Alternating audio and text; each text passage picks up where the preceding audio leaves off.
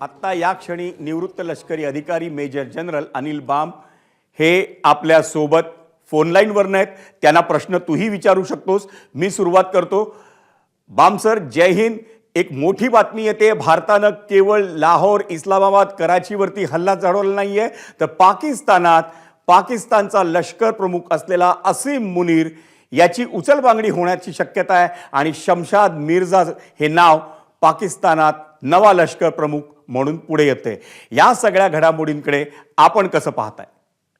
जे कारवाई आपण केली आहे आणि आपण जे पाठलाग केला आहे त्यांनी हल्ला केल्यानंतर त्याच्यानंतर आपण जो रिस्पॉन्स आणि रिटॅलिएशन केलं आहे हे खूप जबरदस्त असल्यामुळे, आणि जर का ही बातमी खरी आहे की तिथल्या आर्मी चीफ मुल्ला असीम मुनीर यांना आपण तिथल्या लोकांनी किंवा तिथल्या गव्हर्नमेंटने ठरवलंय की त्यांना काढून बाजूला करायचं, ही एक खूप मोठी बातमी आहे।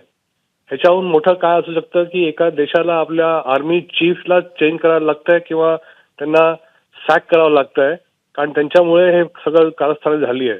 त्यांच्यामुळे हे सगळं जे आपण पाहिलं होतं की अटॅक झाला आहे का 22 एप्रिलला जे झालं होतं, सुरुवात तिथूनच झाली होती। आणि जर का ही बातमी खरी असेल तर ही भारतासाठी खूप मोठी आहे आणि पाकिस्तानसाठी एक खूप लो लेवल आहे, कारण ज्या देशामध्ये लढाई चालू असताना त्यांच्या चीफला सॅक केलं जातं ते दर्शवतं की ते देश त्या स्थितीमध्ये किती हाणून पडला आहे। बाम सर, माझ्यासोबत माझा सहकारी संदीप देखील आहे। संदीप, काही प्रश्न विचारायचा आहे? बाम सर, आपण पाहिलं तर पहलगाम हल्ला ही सगळ्यात मोठी चूक होती आणि तिला कुठंतरी या लष्कर प्रमुखांनी पाठिंबा दिला। त्यांनी हे वेळं धाडस केलं। त्यावेळेस त्यांना ही कल्पना नव्हती का की भारत याला प्रतिहल्ला करेल किंवा याला उत्तर देण्याच्या पोझिशनमध्ये भारत आहे, भारतातलं सरकार आहे, भारतीय सेना आहे, आणि ते नसल्यामुळं किंवा ते कुठंतरी त्यांचे कॅल्क्युलेशन चुकले, त्यांनी भारताला गृहीत धरलं, त्या चुकीचं पण त्यांना हे फळ मिळते असं आपल्याला म्हणता येईल? 100%। तुम्ही जसं म्हणाला की जे 22 एप्रिलचं मिसॲडव्हेंचर झालं होतं, तिथे पाकिस्तानचे जे कर्ते धर्ते आहेत किंवा ते हँडलर्स आहेत त्यांना वाटलं होतं हे जसं म्हणतात की पूछ के मारा था। त्यांनी चेक केलं आणि विचारलं आणि कोण हिंदू कोण मुसलमान कोण त्यांनी केलं। त्यांचा डाव असा होता की भारतामध्ये त्या घटनेनंतर हिंदू मुसलमान दंगा झाला असता आणि खूप मोठ्या स्केलवरती आपण पाहिलं असतं की तिथे दोन्ही जातींना नुकसान झालं असतं, पण तसं काही झालं नाही। भारत एक उठून वरती आला आणि भारताने पूर्ण रिझॉल्व्ह केला होता की आता आपण हे जे तुम्ही कारवाई सुरू केली आहे, तुम्ही जे धाडस केलं आहे ते तुम्ही सुरू केलं, आता संपवू आमच्या टर्म्स अँड कंडिशनवरती। आणि मग आपण पाहिलं की आपण काय कारवाई केली आणि 6 आणि 7च्या रात्री आपण काय केलं। आणि जर का हे आपण जे ऐकतो आहे हे थोडंफार पण खरं असलं तर आपल्याला कळेल की आपला किती हाय लेवल आपला पोचलो आहे आपण आणि आपलं किती ॲडव्हान्टेज आहे। मी तर म्हणेन first round definitely to India.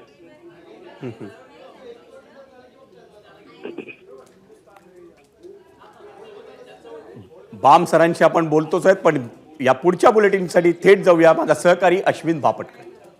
धन्यवाद विजय। या घडीची मोठी अपडेट, भारताच्या तिन्ही दलांनी पाकिस्तानवर हल्ला केलेला आहे, प्रतिआक्रमण केलेलं आहे असं आपण म्हणूया, प्रत्युत्तर, आणि सगळीकडे पाकिस्तानला निष्प्रभ ठरवलेलं आहे। या घडीची मोठी अपडेट आहे, नेव्ही, आर्मी, एअरफोर्स तिन्ही ठिकाणून पाकिस्तानला घेरलेला आहे आणि त्याचसोबत तिकडे बलूच आर्मी देखील पाकिस्तान आर्मीला लक्ष्य करते। अनिल बाम सर आपल्या सोबत आहेत। बाम सर, एकीकडे तिन्ही दल आपले ज्यांनी घेरलेल्या पाकिस्तानची पूर्ण कोंडी केलेली आहे आणि बलूच आर्मी देखील पाकिस्तान विरोधात। बाम सर, या परिस्थितीकडे कसं बघायचं? पाकिस्तानच्या अडचणी वाढत आहेत प्रत्येक मिनिटाला। बिलकुल, पाकिस्तानचं कोंडी झाली आहे। आपण पाहतोय की पाकिस्तानचे जितके प्रांत आहेत त्याच्यामध्ये कोणी सॅटिस्फाईड नाही आहे, तो बलुचिस्तान असो की खैबर पख्तूनख्वा असो का सिंध असो किंवा POK असो। पंजाब थोडाफार पाकिस्तानाबरोबर आहे, पण तो पण तुटून वेगळा पडेल। पाकिस्तानचे कधी 5 का 6 तुकडे होतील पाकिस्तानला स्वतःला कळणार नाही। अशा परिस्थितीमध्ये आपण जे पाहतोय ते कसं होणार आणि काय होणार, आपण ही जे घडामोडी आहेत हे आपण लवकरच समजू। जे त्यांनी मिसॲडव्हेंचर केलं आहे आणि त्यांना वाटलं होतं की ते आपण हे आरामात करू आणि इकडे आपण सक्सेसफुल होऊ, पूर्णपणे त्यांचा प्लॅन फेल झाला आहे. 22 तारखेपासून जे त्यांनी सुरू केलं आहे ते आतापर्यंत आपण पाहिलंय की त्यांना कुठेही काहीही कुठलंही यश नाही.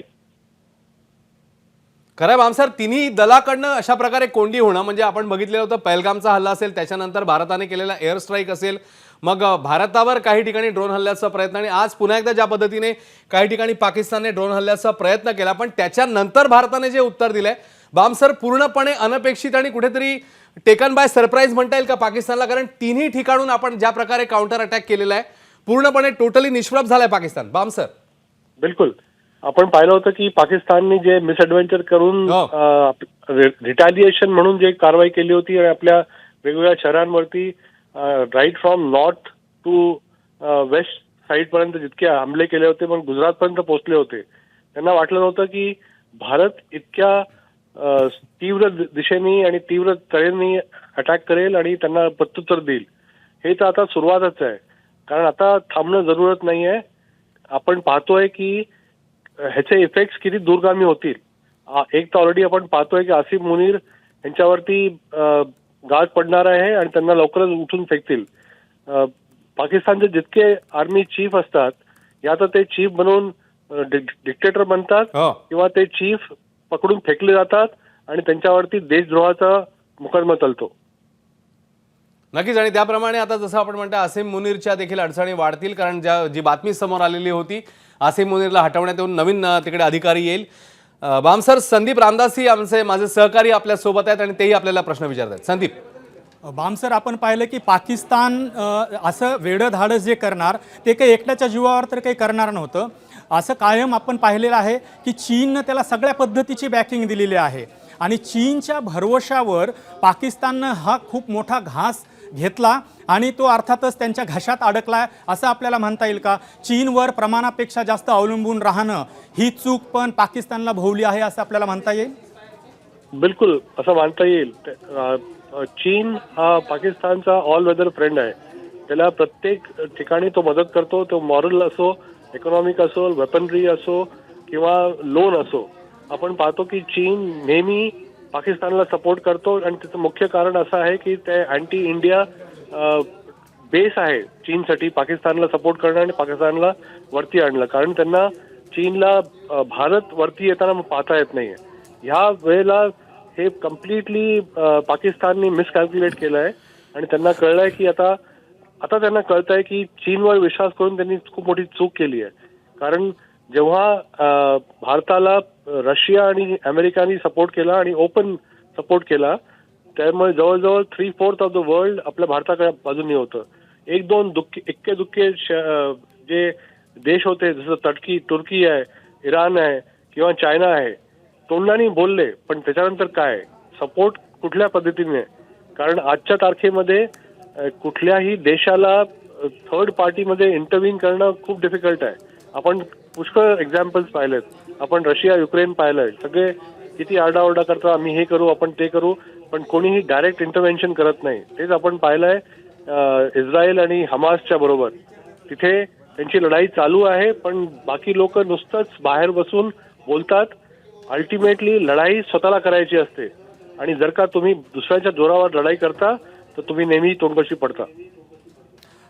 बामसर, तुम्ही आता हमासचा उल्लेख केलात म्हणून मला हे विचारावं वाटतं की आपण पाहिलं की पहलगाममध्ये ज्यावेळेस निष्पाप पर्यटकांना वेचून मारण्यात आलं, तर तो भाग असू द्या किंवा आता पुन्हा या LMS ज्याला म्हणतो आपण ड्रोन जे आहेत त्याचा हल्ला करण्याचा जो काल आणि आज प्रयत्न केला पाकिस्ताननं, तर याच्यामध्ये पण कुठंतरी ती हमासची मोडस ऑपरेंडीच आपल्याला दिसते असं म्हणता येईल? बिलकुल. त्यांना वाटलं होतं की आपण हे सगळं कारवाई करून आणि स्पेशली हिंदू मुसलमान करून आपण भारतामध्ये अनरेस्ट पैदा करू आणि इथे आपल्याला त्यांना दिसेल की आपण कशा प्रकारे आपण दंगे आणि खूप चळवळ होईल भारतामध्ये. असं काही झालं नाही. छोटे मोठे हमले करून त्यांना मिसकॅल्क्युलेशन झालं. जसं हमासनी अटॅक केला, इनिशियल सक्सेस मिळाला 7 तारखेला, 7 ऑक्टोबरला ज्यांनी अटॅक केलं होतं, पण त्याच्यानंतर त्यांची काय हालत झाली आपण पाहिलंय. कारण इस्रायल असा देश आहे ज्याच्याकडनं भारताला शिकता येईल. आपल्याहून तो 1/10 साईजमध्ये असेल, पण जो जज्बा आहे, जो रुतबा आहे आणि जो जुनून आहे जो इस्रायलमध्ये आहे तो शिकण्यासारखा आहे. अजून खंबीरपणे उभे आहेत आणि आपण पण असंच कारवाई करून पाकिस्तानला शेवटचा धडा शिकवायलाच पाहिजे. एबीपी माझा, उघडा डोळे बघा नीट.